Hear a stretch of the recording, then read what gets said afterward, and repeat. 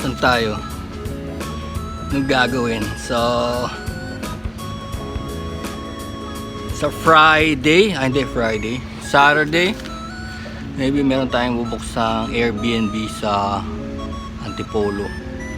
And then there's also cosplay event sa Ayala Mall, Feliz. We'll see kung ma-hit natin yun dahil sabay nga. And then on Sunday, I promise Boss Edsel of Mototown na meron dong Ride Academy. I'll be there. Advanced training sa pagmumotor. So meron din silang basic doon. Merong advanced, merong basic. Yung basic kasi, sa tanong ko kay boss, kay Sir Edsel, basta marunong ka lang daw magbike. No, basta marunong ka magbike, okay yun. Pwede ka nilang turuan. So at least para bang ano to, yung driving lessons for exclusively for motorcycle, kasi pwede ka mag-slalom, and of course the gears. And of course banggitin ko lang itong mga kaibigan natin, premium gears o Salan, and then Cafe na to. This is Cafe na to is coffee on wheels, no? Lahat ng klase ng coffee na gagawa sa motor. Walang sophisticadong makina. And of course our tires, yung tires ko, yung mga big tires ko, galing yan kay Konoha Eastside. Boss Ricky Castillo, customizer. Yung tatanong ng customizer ng mga motor, kagaya ng nangyari na yan, pero ako gumawa niyan. Tinuruan lang ako ni Boss Ricky. Konoha Eastside, parang Marikina, Metro Manila, BG Molina Street, parang Marikina, malapit sa NGI. Doon si Boss Ricky Castillo, may Facebook yan, hanapin nyo. Kasi nangyayari pala yun sa mga kina-customize na motor, hindi naman masyadong kinakalkal ng husto, no? Makikita nyo lang parang hinahabaan yung haba ng gulong, ba ina-atras yung swing arm dito sa likod, yung swing arm pahabaan lang yan ng mga 3 to 5 inches, ganun lang. Makikita mo ang diferensya, makikita mo na, mapapansin mo kasi yung eyes natin nakatrain siya sa stock, no? Pag nakita mo yung motor, stock, so sanay ka na, alam mo yung stock yung galing sa factory, no? Masasanay ka na yan niya. Kaya lang pagka hinabaan mo yung swing arm yung mahawak sa rear wheel, hinabaan mo lang ng mga 5 inches, nagiging ibang-iba na itsura niya, nagiging iba. Imagine this motorcycle, naka-atras ng konti yung rear wheel niya ng 5 inch. Makikita niya na magiging iba siya. Tapos ang ginagawa pa yung handlebar, of course, the handlebar, papalitan yan, nag-iiban na ng forma niya, height niya. Tapos of course the headlights, pag pinalitan yung headlights, yung dating parang sports bike nagiging parang classic, no? Papalitan mo ng classic. And of course, at pinapalitan tires, importante yung tires. Pag ang tires pinalaki mo, nagiging parang classic siya. Kasi mga classic tires is big tires, and sometimes same number pa, no? Same number. Yung harap at likod ay magkaparehas. So yun sa mga classic tires. And of course, kung gusto niyo magpalit kayo ng spoke rims. Kasi ito modern na, yung mga alloy. Ang classic talaga si spoke rims. And of course, the seats, kung gusto niyo ng seats, single seater, no? Siyempre pogi points lang yan kasi wala ka nang lalagyan ng mga tools, no? Jacket, papers, no? Wala ka na kasi kaya nagkakaroon ng pouch. Kaya lang problema sa pouch, hindi siya waterproof or dangling siya na ganyan, hindi mo maiwanan, hindi mo maiwanan, baka nakawin, laslasin yung bag, no? So yun ang mga dilemma niyan eh. Hindi kagaya ng meron kang U-box na ilalak, di ba? At paano pag nakakita ng U-box, hindi naman talaga pinipuwersang nakawin, ano? Ito parang pwede naman eh, pero hindi uso eh, no? Pero ganyan, lalasasin talaga nila yan. Tapos yung gas tank, pwede mong palitan ng teardrop style or whatever. Tapos inaangat nila yung gas tank na ganyan, no? Ginaganyan nila. Nagkakaroon ng weird classic look, no? O parang Mad Max look. So nasa inyo na yun. Kagaya na ginawa ko, nilagyan ko ng mga parts ng kotse and suicide shifter. Ayan, of course, alam ko bawal yan eh. Forma na lang. And then ang kikwento ko sa inyo, kasi pupunta na tayo sa Ride Academy, no? Ni Edsel, ni Sir Edsel, Ride Academy, Mototown. So gusto ko lang magbahagi ng experience ko sa pagmumotor. Kasi hindi ako trained, hindi ako nag-aral talaga. Ito pa lang, sa Sunday pa lang titingnan natin yung style ng training nila, no? Hindi ako nag-aral, walang aral talaga. Baga elementary pa lang, yung father ko meron siyang cab, no?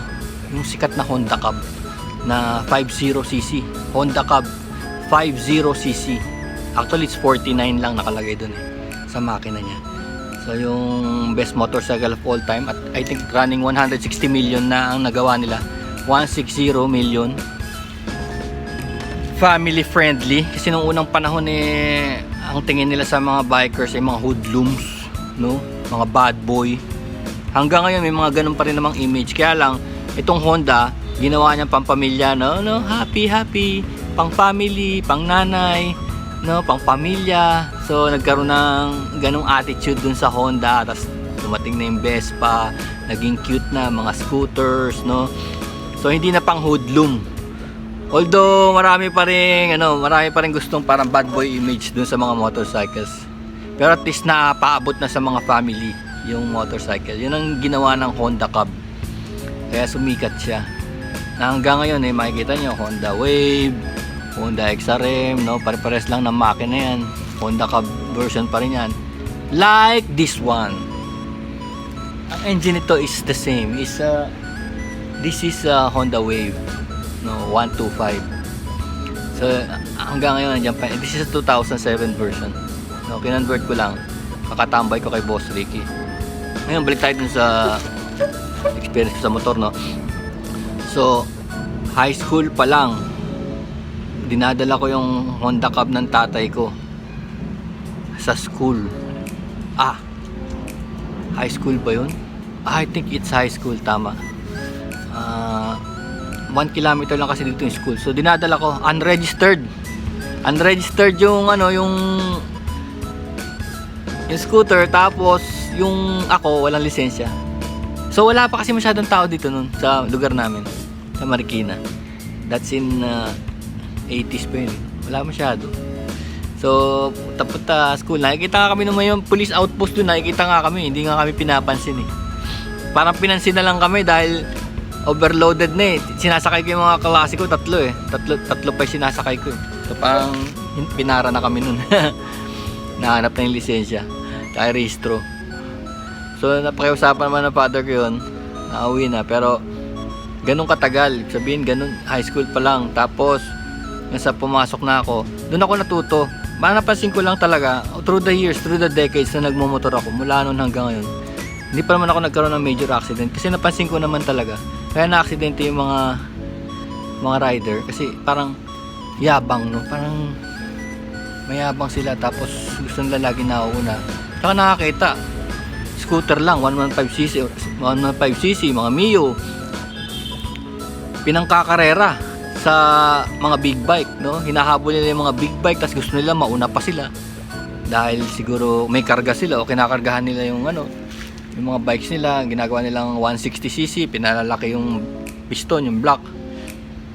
So nangyayari, ang bilis ng motor, tapos yung preno hindi naman upgraded. Yung preno pang 115 lang sana, yung pa rin ang preno 160 na yung bike, yung preno nila yung pa rin maliliit pa rin, disc na maliliit, no?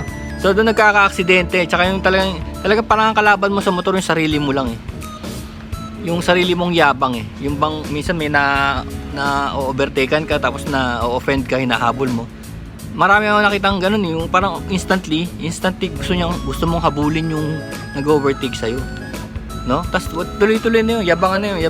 Nakita niyo yung mga Raider 150 na nakikipaghabulan sa mga 1000cc na di ba may namatay pa nga kasi parang matulin talaga yung Raider tsaka mabilis sa likuan. So parang hahabulin niya yung mga 1000cc na big bike, tapos mauungusan niya sigurado ako mauungusan niya yung sa bend.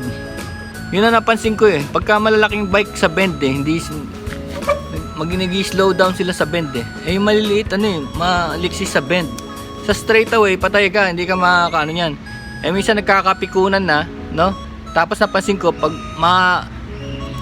parang nangyayari, gusto mong sumingit para hindi siya makasunod. Kasi minsan yung singitan, for one motorcycle lang eh. Baka may kasalubong, bus, ganyan. Sisingitan mo na ganun, for one motorcycle lang. Alam mong hindi siya makakasingit agad. So, makakauna ka. Parang ganun. Kaya na-aksidente yung mga sarili niya talaga eh. Yung yabang talaga eh. Yung sarili niyang yabang. Ibig sabihin, sarili niya yung kalaban niya. Hindi actually yung mga motor sa paligid niya. Ito namang big bike, nauunahan siya nung Raider 150. So na-offend din siya. Teka, S1000 to. Bakit ano? Matinunahan ako nung Raider 150. Hindi siya papayag. Di ganun din, sisingit-singit din siya. Hanggang sa makasingit na ng alanganin, hanggang sa ayun, salpok, huli na lahat. Kasi sigurado nagka-cut din sila, nakikita ko eh. Nagka-cutting sila.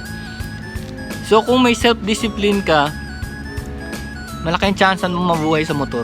Self-discipline, yung chill lang talaga. Kaya gusto ko yung mga club na mga two-stroke o mga Vespa, ganyan. Gusto ko yung mga club na ganyan kasi hindi sila pabilisan eh. Yung culture lang, tambay-tambay, no? Yung custom culture, yung mga classics, no? Siya nga pala, no? Sino pa pala hindi nung shoutout? Si Don Tapay, customizer din yun. Tignan nyo. Magaling din yun. Kung nasa bandang Quezon City kayo, si Don, tignan nyo. Tapos si Mekarak TV, Mekarak TV, Jade, ang ganda nung nung camp, ano ba yun? Camp Netanya sa Mabini, Batangas. Ang ganda.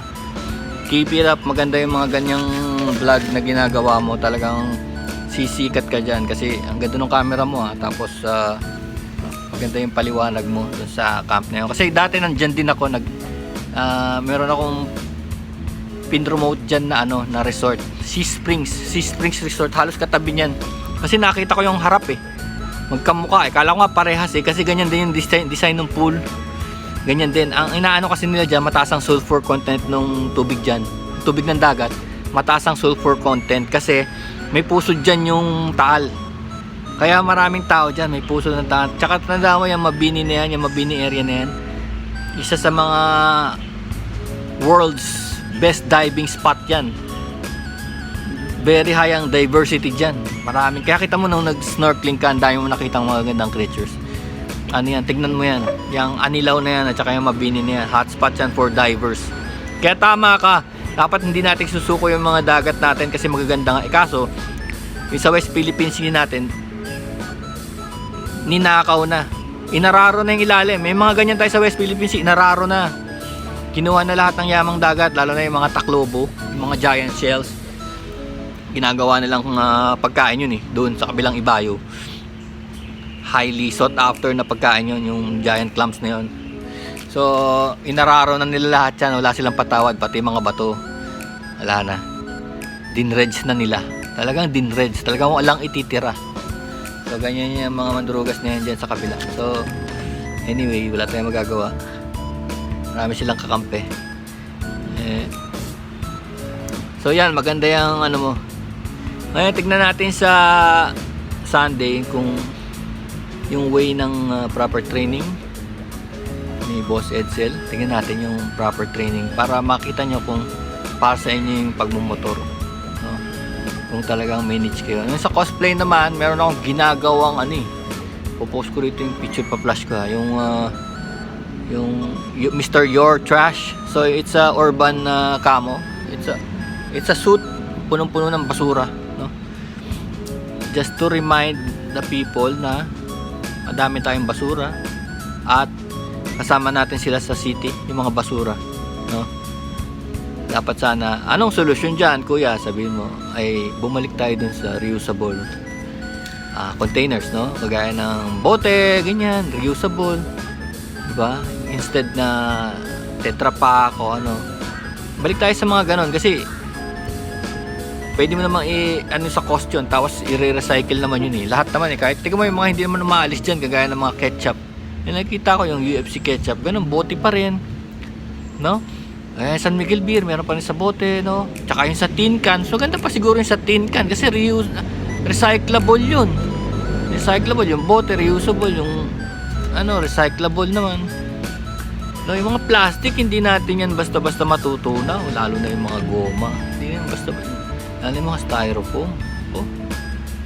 Maglulutang-lutang yan. Ang nangyayari kasi nakakarating sila sa dagat at nakakain ng isda.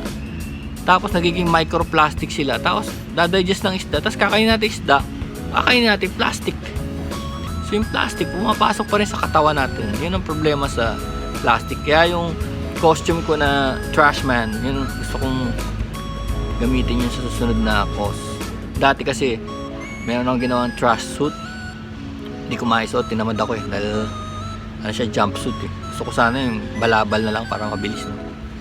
Total, meron ka lang namang tinutulak na ano, na campaign about our trash. So yun na muna. Oh, haba na ito. See you this weekend. And of course, magbibenta tayo ng mga yuca, giant yuca king, no? Ang maliliit niyan, 3-footer, is 500 pesos only. Pero yung malalaking ganito, this is around 20 footers, 100k. Tapos meron tayong mga 10,000, yung mga 10 footer na maraming branches. Siguro may mga 5 branches, 10,000 lang yun, meron din. Pero yung mga 3 footer for starters, meron tayo nun, 500 lang yun. Mga anak nila yun. Yan, pakita ko ayan, oh. Ayan yung mga anak nila. Yan. That's only 500. And of course, babalik din tayo sa art. Babalik din tayo sa metal art. Next week, yan. Gagawa pa tayo ng mga metal art na ganyan. Garden art. And of course, kung ano-ano pang art. Wall art. Banks, key art. Something like that. And then thank you nga pala kay cloth master artist Octi de los Santos, yung sponsor natin sa ating mga vlogs. Ano siya, sponsor na natin siya for 3 months now. 3 months. Octi de los Santos, master artist cloth. Ang ginagamit niya is tela na gumagamit din siya ng mga acrylic paint, pero mas nakikilala siya rin sa tela. Ginugupit-gupit niya yung mga tela ng maliliit, tapos gagawin niyang art. Nandito sa ending yun, alagay natin. Binibenta yung mga works niya, and